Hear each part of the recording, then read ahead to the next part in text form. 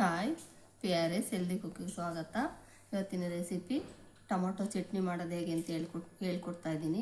ತೆಂಗಿನಕಾಯಿ ಚಟ್ನಿ, ಕಡಲೆ ಬೀಜ ಚಟ್ನಿ ಎಲ್ಲ ಮಾಡಿ ತೋರಿಸಿದ್ದೀನಿ. ಟೊಮೊಟೊ ಚಟ್ನಿನೂ ತುಂಬ ಟೇಸ್ಟಾಗಿರುತ್ತೆ, ರುಚಿಯಾಗಿರುತ್ತೆ, ಈಸಿಯಾಗೂ ಮಾಡ್ಕೋಬೋದು. ಅಕ್ಕಿ ರೊಟ್ಟಿಗೆ ಚೆನ್ನಾಗಿರುತ್ತೆ, ಇಡ್ಲಿಗೆ ಚೆನ್ನಾಗಿರುತ್ತೆ, ಚಪಾತಿಗೆ ಚೆನ್ನಾಗಿರುತ್ತೆ, ತುಂಬ ಟೇಸ್ಟ್ ಇರುತ್ತೆ. ಸಿಂಪಲ್ಲಾಗಿ ಕಲ್ತ್ಕೊಳ್ಳೋರಿಗೆ ಹೇಳ್ಕೊಡ್ತಾ ಇದ್ದೀನಿ. ಇದಕ್ಕೇನೇನು ಬೇಕಂತ ಐಟಮ್ಸ್ ಇಟ್ಟಿದ್ದೀನಿ, ನೋಡ್ಕೊಳ್ಳಿ. ನೋಡಿ, ನಾನು ಎರಡೇ ಟೊಮೊಟೊ ಕಟ್ ಮಾಡ್ಕೊಂಡಿದ್ದೀನಿ. ಯಾಕಂದರೆ ನಮ್ಮ ಮನೇಲಿ ಅಕ್ಕಿ ರೊಟ್ಟಿಗೆ ಬೇರೆ ಚಟ್ನಿನೂ ಮಾಡಿದ್ದೀನಿ, ಕಡಲೆ ಬೀಜ ಚಟ್ನಿನೂ ಮಾಡಿದ್ದೀನಿ. ಇದು ಅದು ಎರಡು ಸೇರಿದ್ರೆ ತುಂಬ ಚೆನ್ನಾಗಿರುತ್ತೆ.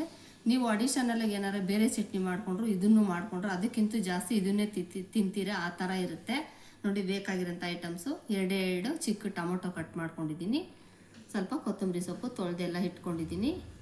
ಒಣಮೆಣಸಿನ್ಕಾಯಿ, ನಮ್ಮ ರೆಸಿಪಿಲಿ ಹಸಿಮೆಣಸಿನ್ಕಾಯಿ ಏನು ಕೇಳಲೇಬೇಡಿ, ಹಾಕೋದು ಇಲ್ಲ. ಒಣಮೆಣಸಿನ್ಕಾಯಿ ಚಿಕ್ಕದು ಒಂದೇ ಒಂದು ಈರುಳ್ಳಿ ಹಾಕ್ಕೋತಾ ಇದ್ದೀನಿ. ಉಪ್ಪು, ಸಾಸಿವೆ, ಬೆಳ್ಳುಳ್ಳಿ, ಇದಿಷ್ಟೇ ಐಟಮ್ಸ್ ಬೇಕಾಗಿರೋದು. ತುಂಬ ಈಸಿಯಾಗಿ ಮಾಡ್ಕೋಬೋದು ಟೊಮೊಟೊ ಚಟ್ನಿ. ಹೇಗಂತ ಹೇಳ್ಕೊಡ್ತೀನಿ, ನೋಡ್ಕೊಳ್ಳಿರಂತೆ ಬನ್ನಿ. ನೋಡಿ, ಬಾಣಲಿ ಇಟ್ಟಿದ್ದೀನಿ. ಒಂದೇ ಒಂದು ಸ್ಪೂನಷ್ಟು ಎಣ್ಣೆ ಹಾಕಿದ್ದೀನಿ, ಜಾಸ್ತಿ ಹಾಕ್ಕೋಬೇಡಿ. ಇಲ್ಲಾಂದರೆ ಕಡಿಮೆ ಇದ್ದರೆ ಒಂದು ಅರ್ಧ ಸ್ಪೂನೇ ಹಾಕ್ಕೊಂಬಿಡಿ. ಎಣ್ಣೆಗೆ ನಾನು ಇಲ್ಲಿ 1 ಸ್ಪೂನ್ ಹಾಕಿದ್ದೀನಿ. ನೋಡಿ, ಟೊಮೊಟೊ ಸ್ವಲ್ಪ ಫ್ರೈ ಮಾಡ್ಕೊಂಬಿಡೋಣ. ಯಾಕಂದರೆ ಇಲ್ಲಾಂದರೆ ಹಸಿ ಸ್ಮೆಲ್ ಬರುತ್ತೆ. ಟೊಮೊಟೊ ಹಂಗಂಗೆ ರುಬ್ಬಿದ್ರೆ ಅದು ಸ್ಮೆಲ್ ಹೋಗಲ್ಲ. ಒಂದು 2 ನಿಮಿಷ ಸಾಕು ಫ್ರೈ ಮಾಡ್ಕೊಳ್ಳೋಣ. ನೋಡಿ, ಟೊಮೊಟೊ ರಸ ಇರುತ್ತಲ್ಲ ಅದು ಹಿಂಗೋಷ್ಟು ಹುರ್ಕೊಂಬಿಟ್ರೆ ಟೊಮೊಟೊ ಸ್ಮೆಲ್ ಬರಲ್ಲ. ಕೆಲವರಿಗೆ ಟೊಮೊಟೊ ಸ್ಮೆಲ್ ಹಸಿ ಇರುತ್ತಲ್ಲ, ಅದಕ್ಕಾಗಿ ಅರ್ಧ ಚಟ್ನಿ ತಿನ್ನಲ್ಲ. ಆ ಥರ ಮಾಡ್ಕೋಬೇಡಿ. ಈ ಥರ ಮಾಡಿಕೊಂಡ್ರೆ ರಸ ಎಲ್ಲ ಚೆನ್ನಾಗಿ ಹೀರ್ಬಿಟ್ರೆ ಚಟ್ನಿ ಸ್ಮೆಲ್ಲು, ಟೊಮೊಟೊ ಹಸಿ ಸ್ಮೆಲ್ ಇರಲ್ಲ. ಜೀರಿಗೆ ಮತ್ತು ಅದೆಲ್ಲ ಹಾಕ್ಕೊಂಡ್ರೆ ಟೊಮೊಟೊ ಗೊಜ್ಜು ಥರ ಆಗುತ್ತೆ. ಅದಕ್ಕೆ ಜೀರಿಗೆ ಏನೂ ಹಾಕ್ಕೊಳ್ಳಲ್ಲ ನಾನು. ಚಟ್ನಿ ಥರ ಇದ್ದರೆ ಚೆನ್ನಾಗಿರುತ್ತೆ ಅಂದ್ಬಿಟ್ಟು ಟೊಮೊಟೊ ಫ್ರೈ ಮಾಡ್ಕೊಂಡಿದ್ದೀನಿ. ನೋಡಿ, ಇಷ್ಟಾದಮೇಲೆ ತಕ್ಕೊಂಬಿಡಿ. ನೋಡಿ, ಅದೇ ಬಾಣಲೆಗೆ ಇನ್ನೊಂದು ಅರ್ಧ ಸ್ಪೂನ್ ಎಣ್ಣೆ ಹಾಕ್ಬಿಟ್ಟು ಈರುಳ್ಳಿ ಫ್ರೈ ಮಾಡ್ಕೊತಾ ಇದ್ದೀನಿ.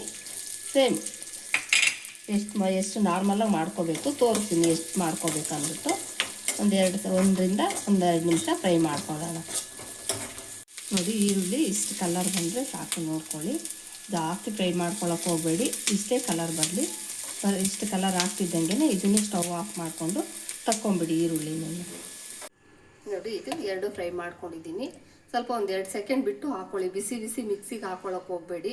ಸುಡೋದು ಯಾವತ್ತೂ ಮಿಕ್ಸಿ ಜಾರ್ಗೆ ಹಾಕ್ಕೊಳ್ಳೋಕೆ ಹೋಗಬೇಡಿ. ಯಾಕಂದರೆ ಕಲ್ತ್ಕೊಳ್ಳೋರ್ಗೆ ಹೇಳ್ಕೊಡ್ತಾ ಇದ್ದೀನಿ. 1-2 ನಿಮಿಷ ಆರಕ್ಕೆ ಬಿಟ್ಬಿಟ್ಟು ಹಾಕ್ಕೊಂಬಿಡಿ. ನೋಡಿ, ಹಾಕ್ತಾಯಿದ್ದೀನಿ ಎಲ್ಲ ಮಿಕ್ಸಿ ಜಾರ್ಗೆ. ಈರುಳ್ಳಿನೂ ಮತ್ತು ಟೊಮೊಟೊ ಹಾಕ್ತಾಯಿದ್ದೀನಿ.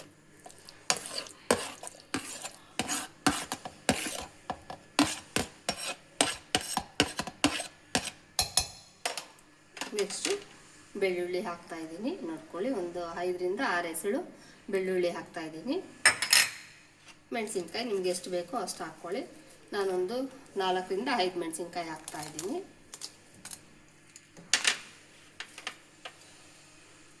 ಕೊತ್ತಂಬರಿ ಸೊಪ್ಪು ತೊಳೆದು ಇಟ್ಕೊಂಡಿದ್ದೆ, ಕೊತ್ತಂಬರಿ ಸೊಪ್ಪು ಹಾಕ್ತಾಯಿದ್ದೀನಿ. ಉಪ್ಪು ಮಾಮೂಲಿ ನಾನು ಎಷ್ಟು ಬೇಕೋ ಅಷ್ಟು ಅಂದಾದ್ಮೇಲೆ ಹಾಕ್ತೀನಿ. ನೀವು ಸ್ಪೂನಲ್ಲಿ ಹಾಕ್ಕೊಳ್ಳಿ. ಎಲ್ಲ ಚೆನ್ನಾಗಿ ಗೊತ್ತಿರುತ್ತಲ್ಲ ಎಷ್ಟು ಹಾಕ್ಕೋಬೇಕಂತ. ಸ್ಪೂನಲ್ಲಿ ಹಾಕ್ಕೊಳ್ಳಿ. ನಾನು ಕೈಯಲ್ಲಿ ಒಂದು ಸ್ವಲ್ಪ ಹಾಕ್ತಾಯಿದ್ದೀನಿ. ರುಬ್ಕೊಂಡ್ಬಿಡೋಣ, ಒಂದು ರೌಂಡ್ ರುಬ್ಕೊಂಡ್ಬಿಡೋಣ. ನೀರೇನು ಸ್ಟಾರ್ಟಿಂಗಲ್ಲಿ ಹಾಕೋಕೆ ಹೋಗಬೇಡಿ.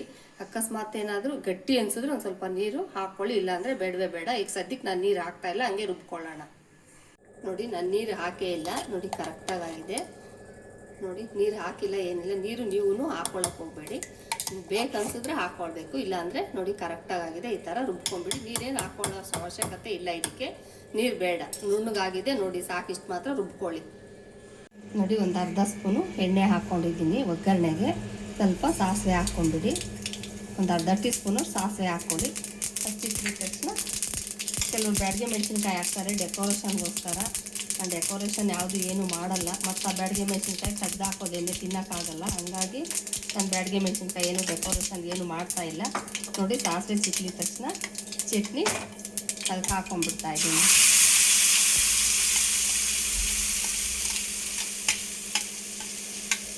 ಹಾಕ್ಕೊಂಡ್ಬಿಟ್ಟು ಲಾಸ್ಟಲ್ಲಿ ಹುಳಿ ಜಾಸ್ತಿ ಇದ್ದರೆ ಅನಿಸಿದ್ರೆ ಇದೊಂದು ಸ್ವಲ್ಪ ಹಾಕ್ಬಿಡಿ. ಆಮೇಲೆ ಟೇಸ್ಟ್ ನೀವೇ ನೋಡಿ ಎಷ್ಟು ಚೆನ್ನಾಗಿರುತ್ತೆ ಅಂದ್ಬಿಟ್ಟು ಹೇಳ್ತಾ ಇರ್ತೀನಲ್ವ. ಚಟ್ನಿಗಳಿಗೆ ಒಂದೇ ಒಂದು 1/4 ಟೀ ಸ್ಪೂನಷ್ಟು ಶುಗರ್ ಹಾಕ್ತಾಯಿದ್ದೀನಿ. ಹಾಕ್ಬಿಟ್ಟು ಚೆನ್ನಾಗಿ ಮಿಕ್ಸ್ ಮಾಡ್ಕೊಂಬಿಡಿ. ಆಮೇಲೆ ತಿಂದು ನೋಡಿ ಟೇಸ್ಟ್ ಎಷ್ಟು ಚೆನ್ನಾಗಿದೆ ಅಂತ ನೀವೇ ಅನ್ಕೋತೀರ. ನೋಡಿ, ಸೂಪರಾಗಿರೋ ಟೇಸ್ಟಿಯಾಗಿರೋ ಟೊಮೊಟೊ ಚಟ್ನಿ ರೆಡಿಯಾಗಿದೆ. ನಾನು ಹೇಳಿದ್ನಲ್ಲ ಮೊದಲೇ, ಇಡ್ಲಿಗಂತೂ ಸಖತ್ತಾಗಿರುತ್ತೆ, ಅಕ್ಕಿ ರೊಟ್ಟಿಗೂ ಸೂಪರಾಗಿರುತ್ತೆ, ಚಪಾತಿಗೂ ಚೆನ್ನಾಗಿರುತ್ತೆ. ಇಷ್ಟ ಇಲ್ಲ ಅಂದರೆ ಸ್ವಲ್ಪ ಕಡಲೆ ಬೀಜ ಚಟ್ನಿನೋ ಏನಾದರೂ ಮಾಡ್ಕೊಳ್ಳಿ. ಇಷ್ಟ ಇರೋರು ಟೊಮೊಟೊ ಚಟ್ನಿ ಈ ಥರ ಮಾಡ್ಕೊಂಡು ತಿಂದರೆ ಇಷ್ಟ ಇಲ್ಲದೇ ಇರೋರಿಗೂ ಇಷ್ಟ ಆಗುತ್ತೆ ಅಂದ್ಕೊಂಡು ಮಾಡಿ ತೋರಿಸ್ತಾ ಇದ್ದೀನಿ. ನೀವು ತಿಂದ್ಬಿಟ್ಟು ಹೇಗಿತ್ತು ಅಂತ ಹೇಳಿ ಲೈಕ್ ಮಾಡಿ, ಶೇರ್ ಮಾಡಿ, ಸಬ್ಸ್ಕ್ರೈಬ್ ಆಗೋದು ಮರಿಬೇಡಿ. ಸಬ್ಸ್ಕ್ರೈಬ್ ಆಗಿ ಸಪೋರ್ಟ್ ಮಾಡಿ. Okay, bye, thank you.